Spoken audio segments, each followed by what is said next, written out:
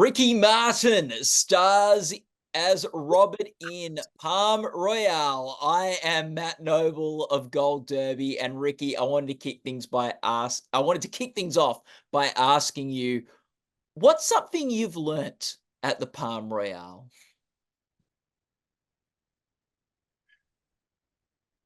Good question. That it's not worth it to change who you are for becoming or being part of a club that you're obviously not a part of, period. Move on. We've all been there some way, somehow. I always say if you went to high school, you always wanted to be part of that um group of kids that were cooler than you, right? Mm. Me as an artist, I always wanted to be part of the club of people with Grammys, right? Until I was able to do it, Yeah. to accomplish it, right? Yeah, you're now And in many that other, club. yes, now I'm in that club. But now you see, you want to be part of other clubs, right? You won the Emmys club and you won the Tony's club. You won other recognitions, but I think that's part of um, you being human. You know, it's about progress and making the most out of your life in general and whatever you do. And we love recognition. We love when people say you're doing a good job, and it Yeah. takes a lot of dedication to do whatever we do, and that's why we are so addicted to the applause. And now with social media, it's incredible how we get the immediate reaction of an audience, whether you like it, whether they like what you're doing or whether they don't like what you're doing. So Yeah. it's a vice. Yeah. And a new sort of club you're in now is sort of comedy club at the Palm Royale with all The these like, ladies I'm working with.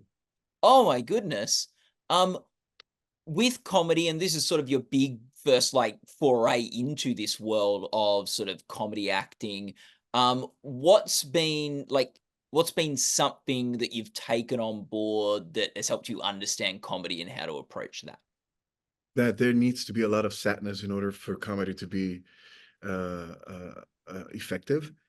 That it's very important to allow yourself to leave your script in your dressing room and be open to whatever happens from action to cut, and not be too obsessed about the lines and not be too, just tell the story, get to the point, but it really doesn't matter how. And that is fantastic because it gives you such a freedom. It's liberty, and to be next to the queens of this matter is, I mean, Carol Burnett. Are you kidding me? Obviously, Laura Dern, and in my case, the one and only Kristen Wiig. It's been nothing but a gift, uh, and uh, and not knowing what's going to happen. I just love that. That's what comedy is about. Just don't know what's going to happen or how it's going to happen. It can be big or small. Can you think of a moment where like something came up between action and cut? One of those things that sort of surprised you or it went in a place you weren't expecting? With Carol Burnett, for example, I was in a sad moment telling her a story, and she did a little. Her character is in a coma in the first couple of episodes, Mm. so she's just laying there. She's not doing anything, but she would open her eye and close her, and that was it. That was magic. That was comedy. That was control that needed to come from me in order for me not to, and that's the beauty of it. So don't take things so serious. Don't take yourself so serious. Yes, it is sad, but there could be so many things happening all around that will take you to where you really need to get, uh and and um and leave the whip in your dressing room. Don't bring that whip here, because I'm very intense in that sense. I really need to like get things right, and so let go of control. And um and I think everything that I learned through the years in my acting classes, etc., and the people that I've surrounded myself with, I guess they paid off in the show, that I needed to keep it control but lose at the same time if it makes sense. But I think that's comedy. Yeah. Yeah. It's opposite attract, you know, it's you just don't know. Yeah. I know the timing is very important, but you don't study timing. It Yeah. just it's just happened when it needs to happen. And like those scenes, particularly in the first episodes with Carol Burnett, like you have to do all the talking, and you have to like in how important is in comedy and in acting listening and observing and then responding to what you've heard or seen. Just be in the moment. Yeah. Be it's life. It's Mm, just that you have cameras, you're wearing makeup, and you're probably wearing clothes that in the day-to-day life you wouldn't wear, but it's life. See, good actors don't know how to lie. You have to just be in touch with your emotion, which is something that maybe a younger me was afraid of. Now it's about pointing out exactly what I would feel. It's not about becoming another person for me. It's about it's about being that person mm, and wearing those shoes. And how would you feel if you had that story, behind you, and you were in a position like this one today? mm, Um, it's nothing is a mistake. Nothing is a coincidence. It's just be. It's a very spiritual exercise, but at the same time is walking into us in a therapy with your psychologist every day. yeah. Uh, yes, it's about living the moment, but I don't want it to sound as light as that. It's Mm, very deep, and it's not easy. It's very difficult. Um, because we go through life saying we're fine, everything is good, it's yeah. all good. How are you today? And you can have the worst stomach ache, and you can say, "I'm good, thank you." No, no, no, no, no, no, no. Really, how you feel? Tell me. Mm, You know what? I'm sorry, I don't know you. You're asking me how I feel. I have a crazy headache. I hope that doesn't bum you out, but it is what it is. mm. And for me, that is acting. Yeah.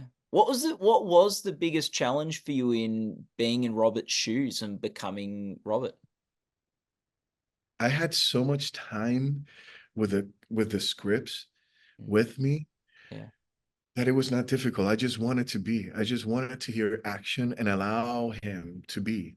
And in this case, you're only going to start seeing the the many colors that he has to offer starting on episode 7.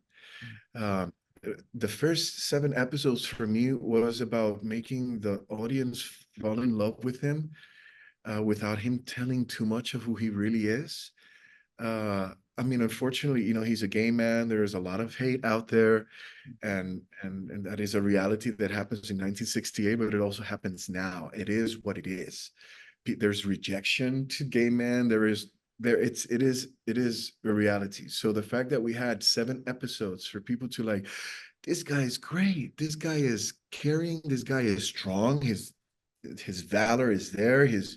He protects these ladies, and that's a wonderful thing. But then there's there's a very fragile aspect of Robert that he's now starting to show that that is I give mad props to the writers because people will fall in love with him without any uh, prejudice, mm, if, if that makes sense.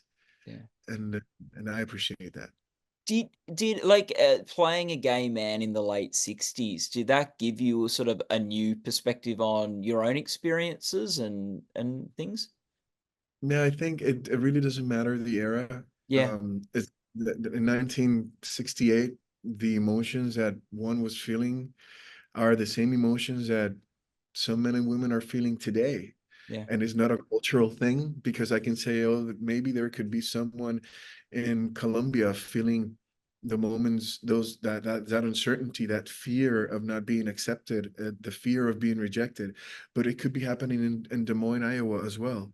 And it could be happening in Turkey, and it could be happening in Germany. So it's uh it's it is what it is. So the fact that you give me the opportunity to talk about this man that was rejected by his family, that comes from a very wealthy family back in Puerto Rico, that finds this wonderful woman that loves him for who he is, regardless if they had a romantic affair or not, Robert and Norma.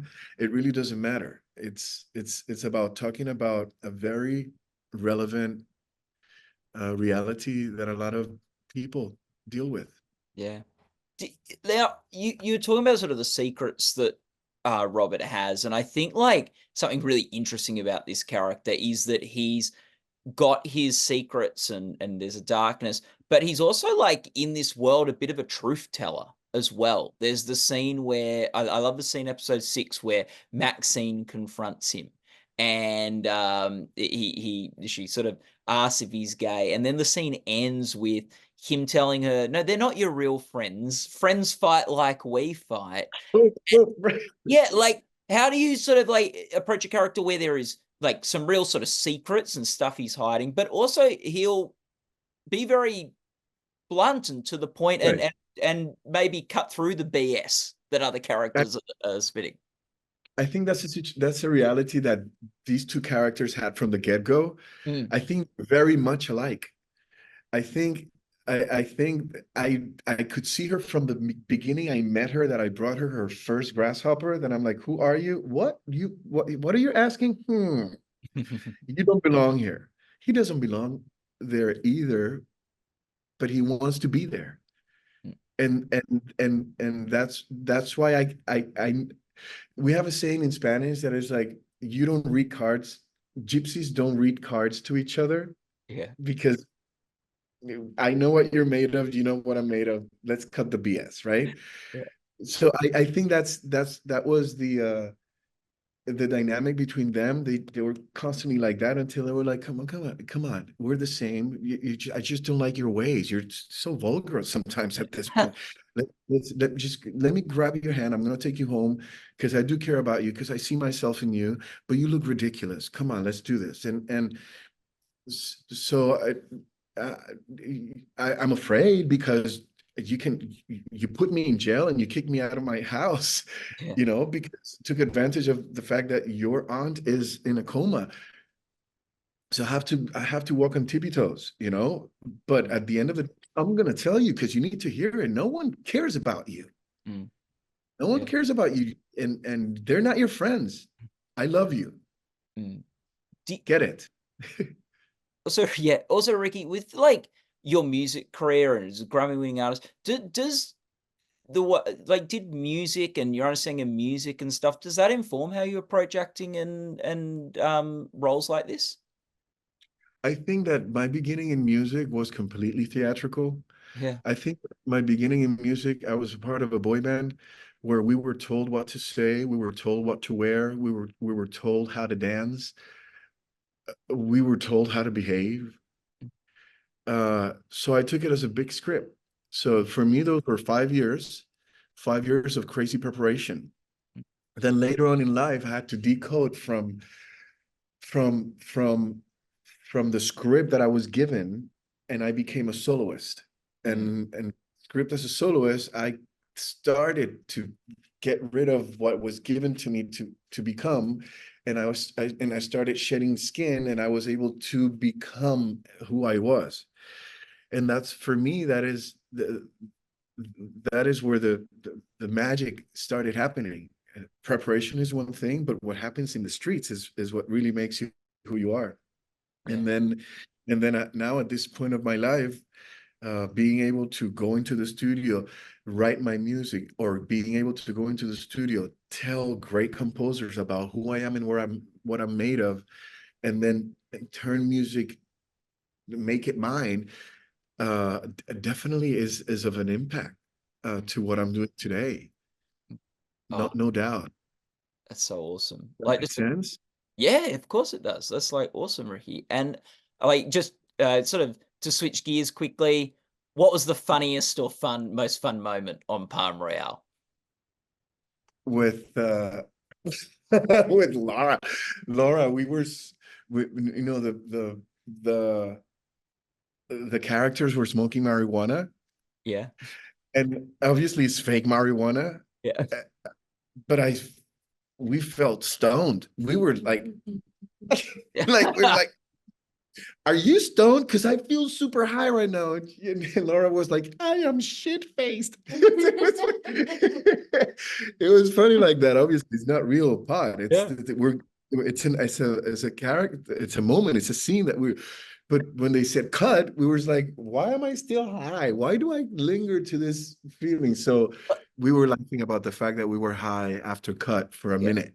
It's as And you then said, Ricky, you've got to just be the character. You've you got to gotta be like, in the yeah, moment. So it's got to be in so the moment. You can't like, it's not lying. You it's don't not know how to right. lie as an actor. This is good stuff. And yeah, obviously they cut a lot because apparently there are some rules, that if you're smoking, you cannot take the joint like this because uh that could be Oh, cigarette smoking. You have to okay. really like that and be obvious about smoking marijuana. So Yeah, so they cut it. that's the way you do it. That's the way you do it, Okay. right? So maybe we were in the crazy aspect and we were like, yeah, whatever, so they cut stuff, but it was hilarious. It Yeah. was really fun. Oh, Ricky, it's been so great to talk today. You've got Grammy neck recognition. You've made that club. I hope you can get some Emmy recognition. Oh my And God, I got Emmy recognition. I did with Gianni Versace, right? And yes, that nomination means the world to yeah, me. Give me, I will always be an Emmy nominated actor. yeah, Come you're on. an Emmy nominated actor. Hope you Like get that. some more for Palm Royale and Also, just the next club to get into. But it's really cool to hear that it's sort of like how much the process has meant to you and stuff like that, it's outside of important. the sort of a recognition and stuff. So, Ricky, thank you so much for your time today. Thank you so much for your honesty today. People can go to goldderby.com to follow the Emmy Awards. And Ricky, thanks so much for your thoughts. It's so great to chat. Love and light, brother. Thank you so much. There. Bye.